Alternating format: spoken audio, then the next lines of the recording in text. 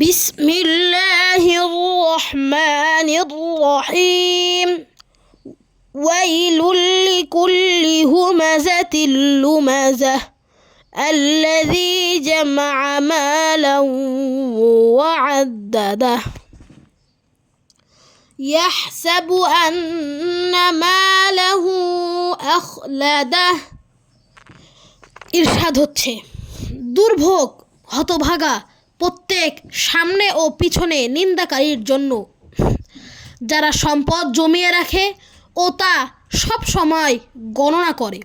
সে ধারণা করে এই সম্পদ তাকে চিরস্থায়ী করে রাখবে, কিন্তু মানুষ অবশ্যই একদিন মারা যাবে। কখনোই নয়, অবশ্যই সে নিক্ষিপ্ত হবে হুতমার মধ্যে। অর্থাৎ সম্মানিত সুধী, আমরা অর্থ সম্পদ জমিয়ে রেখে সারা জীবন বাঁচতে পারবো না।